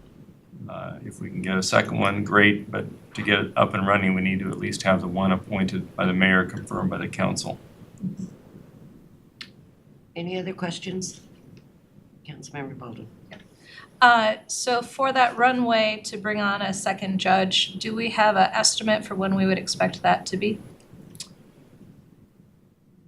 Part of it's a function of the recruiting opportunities through human resources, but I think we would want to have that new judge up and running on or before 1/1/27.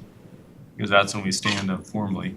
Getting an initial judge on board is a little bit of the chicken and the egg process. We want to make sure that we have a judge appointed, so the judge can then help with the overview process of the court administrator position that's being advertised, so we can get all the processes in place to be consistent with having a municipal court, but also recognizing the balance between the legislative and the judicial functions. So we're trying to honor that by getting a municipal court judge appointed first.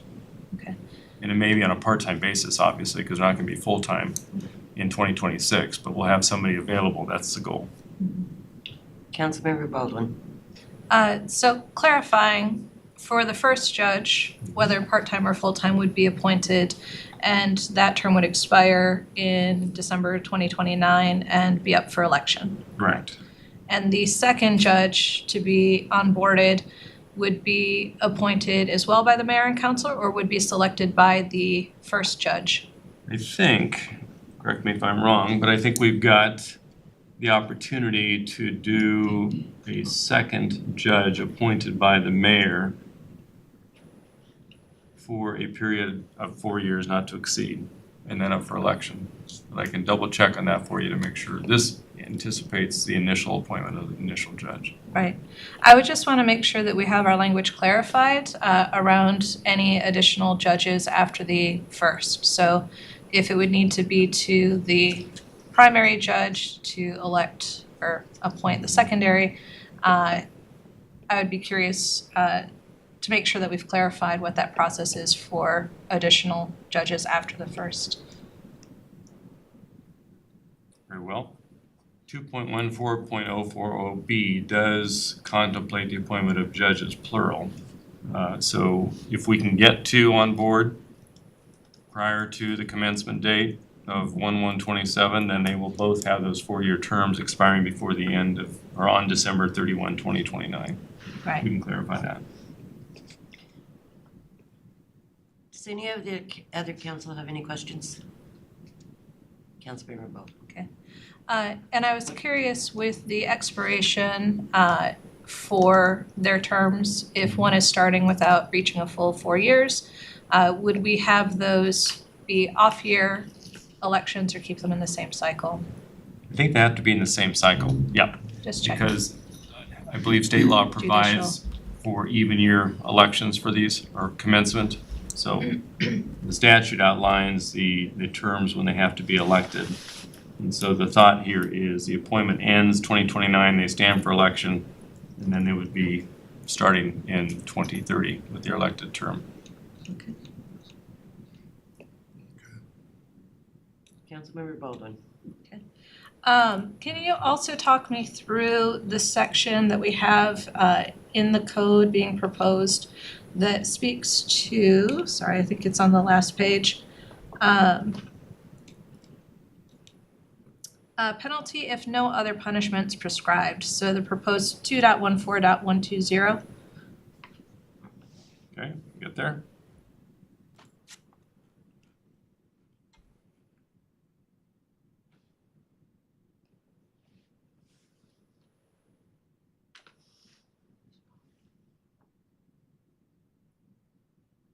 That is a language directly from 3.50.440. So basically, if it's not a felony, if it's not a misdemeanor, it's a gross misdemeanor. That's the way that the language articulates that. Okay.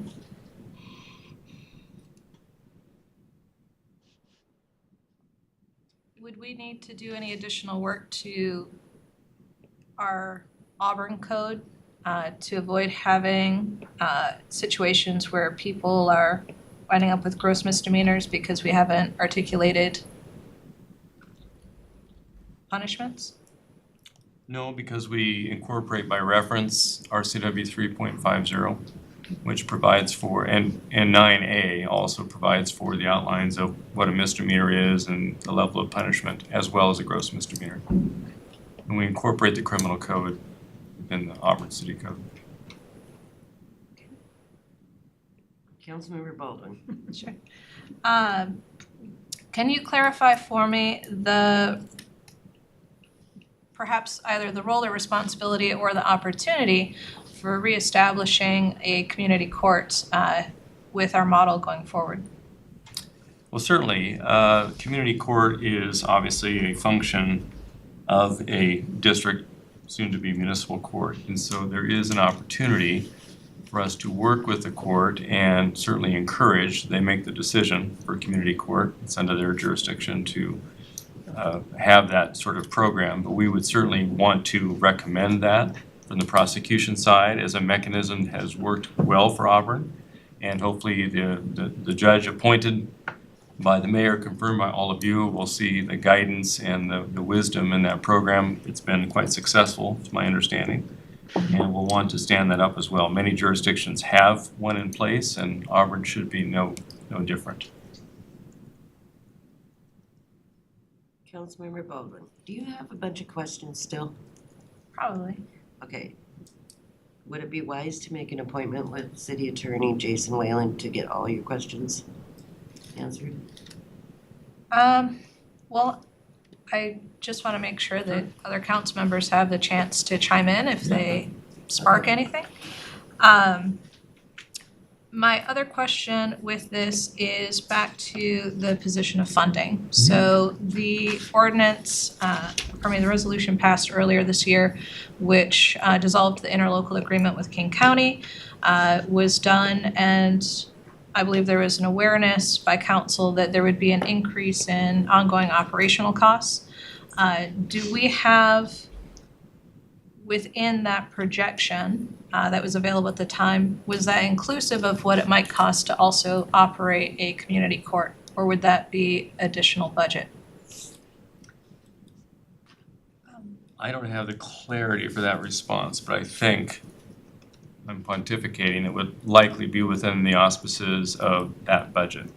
I don't see that other than staff time, because we have 5 prosecutors that are FTEs that are authorized. One of our prosecutors spent about 3/4 of his time working municipal court. And so I think that if approved by the court, it would be within that budget authority, and certainly on our side, you have given us budget authority through 26 to have that particular FTE on board. And just to echo that, so one of our existing appointing judges would staff that calendar, no different than any calendar during a Monday through Friday, 8 to 5. And then their clerks would also staff that calendar. So as far as judicial costs, don't anticipate that there would be many because their staff would already be absorbed into the regular ongoing budget. Okay. Councilmember Baldwin. Are we still anticipating a need to hire 16 to 17 headcount for managing our court system? That Do would we have any updates on how many positions we'll need and their job descriptions? So that would be the work of the appointed judge and the court administrator to determine. So human resources and risk management, contracting with a subject matter expert, attended to get a ballpark staffing based on similar sized municipal courts in the region and their operating budget. So that would be, I guess, up to and subject to the judge and the court administrator to come forward to council in development of their budget and determination of staffing.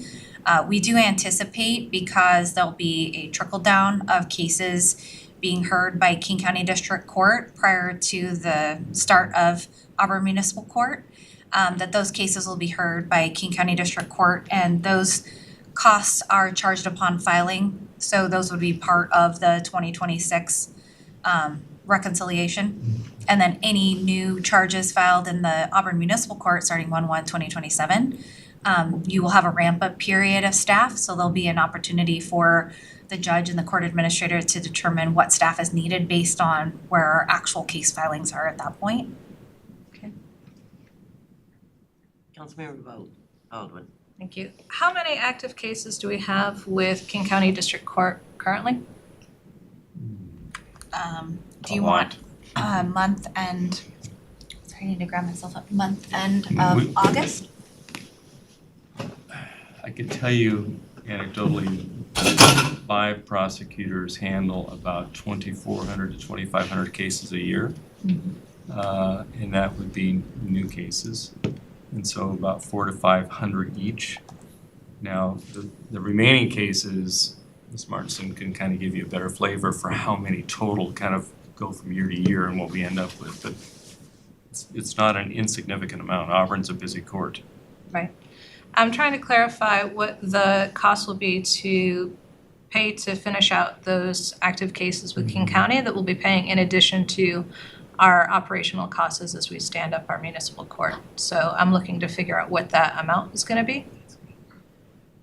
That would be speculative based on 2026 filings and prosecution decisions on charging and when those will be charged. So there may be a determination made independently by the prosecutors to hold charges before the end of the year so that they're not charged to, because the way King County District Court works is they're charged upon filing. So they might decide to delay some of those filings in the final quarter of 2026. So that would be speculation, but we could give you the total filings and projected year end of 2025 as it stands right now, if that's helpful to you in trying to make a determination on your own.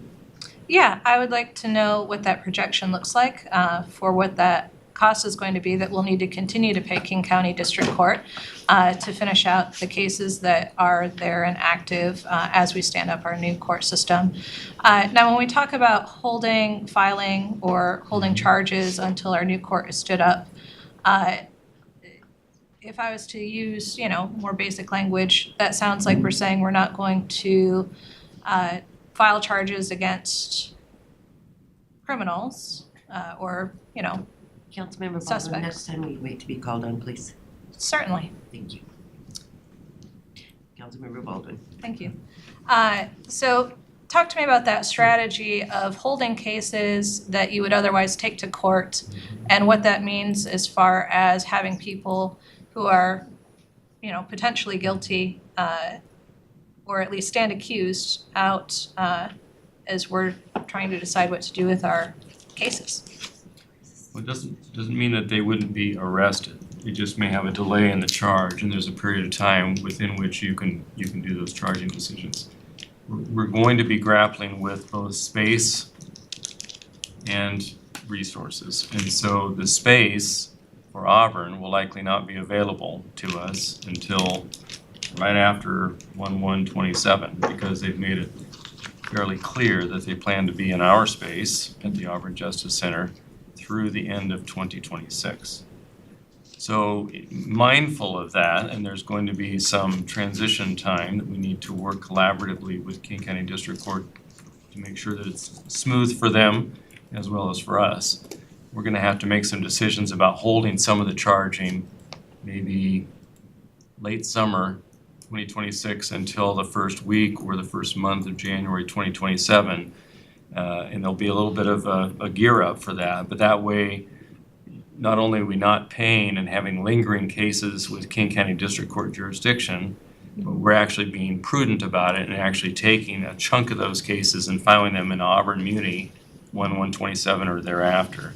So it's a means of not only accomplishing the physical space limitations that we'll have until January of 27, but also will minimize the city's expense by paying for jurisdiction King County District Court to prosecute and help us facilitate those cases that we can follow and file in our own court a few months later.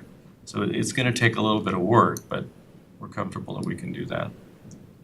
Just to answer your earlier question, so through August 2025, we have 1,476 case filings that are non-infraction filings, so criminal filings. And the way that the King County District contract works is that the costs for 2026 are deferred until a reconciliation in summer of 2027. So we're not actually paying active King County District Court costs in 2026 for 2026 filings. we're paying the 2026 filing costs in 2027. So more likely than not, when we transitioned from Auburn Municipal Court, we realized budget savings for that year once we transitioned until the reconciliation was done 6 months after the close of that year of the transition, where Auburn, I do not know what Auburn's operating budget for municipal court was and how those cases were heard by Auburn Municipal Court to close out Auburn Municipal Court. So I can't speak to what that budget was at that time, but I believe Finance Director Jamie Thomas might be able to find that out to do our best guess to see what those potential costs could be with an escalation inflator. Unfortunately, she is not here, but it's something that could probably be discussed, definitely will be discussed further after the judicial appointment and the court administrator hiring, where I think more of your answers will be finalized from their subject matter expertise. Councilmember Amar, did you have a question? I'm just confused. We have here, just general comment. We have here to talk about the code, what's being here. I'm hearing question about finance, what if, what that. This is not what present to us today. I think I agree with the deputy mayor. These other questions should be sent in the email.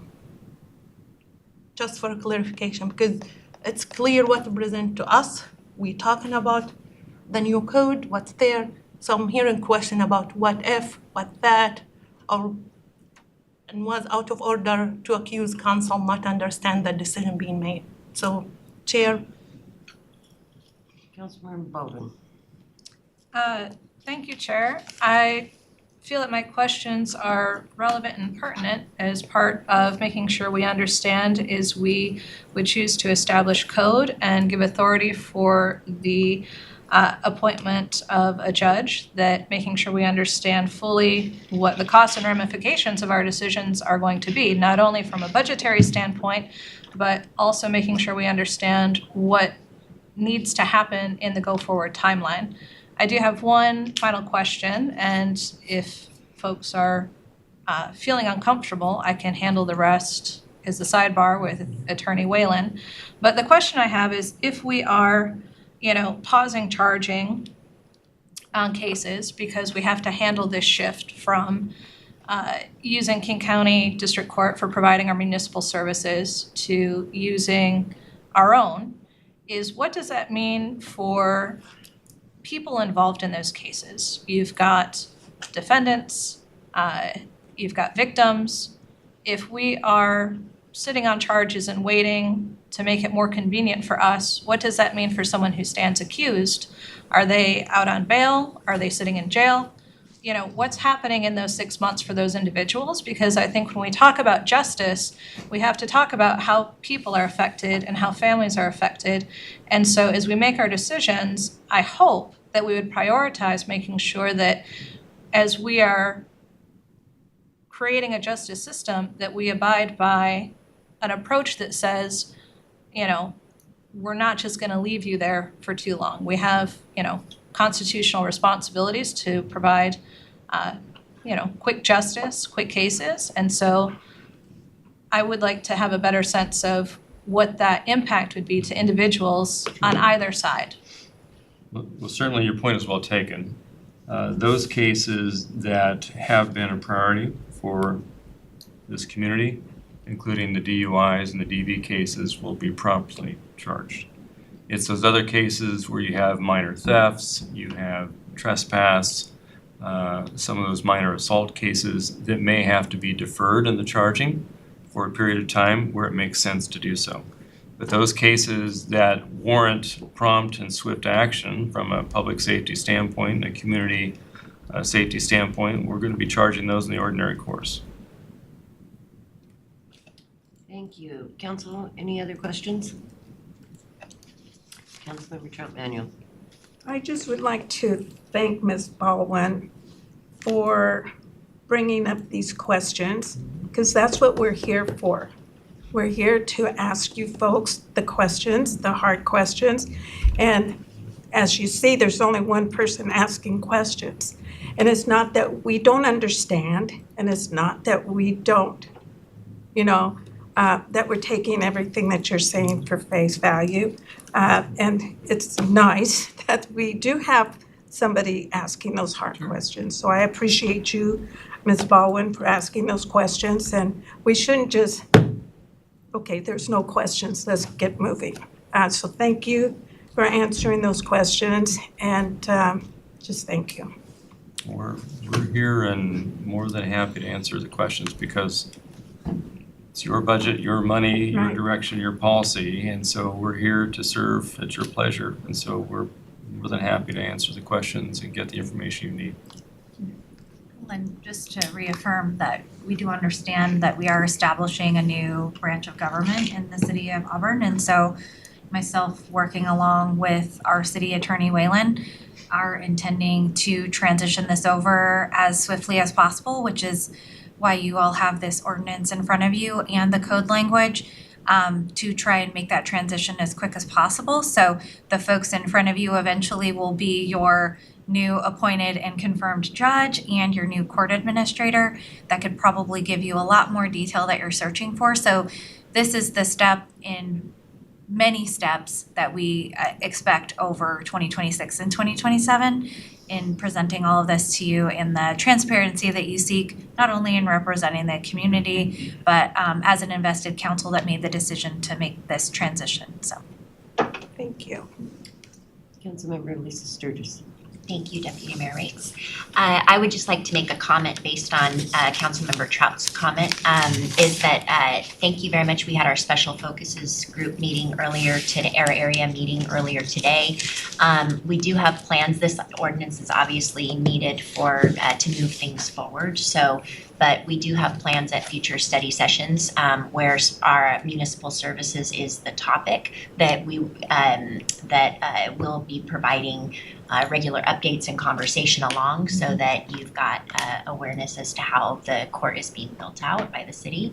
And also, I would just encourage you that when they talk about the appointment by the mayor and then confirmation by the council, we're gonna all get to be able to review the candidates' qualifications and take a vote on that. So, we are part of the process of finding the next judge. And so I just think that that's your opportunity to be able for all of us to make sure we're thoughtfully preparing and reviewing that, which I know each of us takes to heart, so. Thank you, Mr. Sturgeon. Any other questions, council? Thank you guys. Thank you. Thank you. Thank you so Great. much. You're welcome. And with that,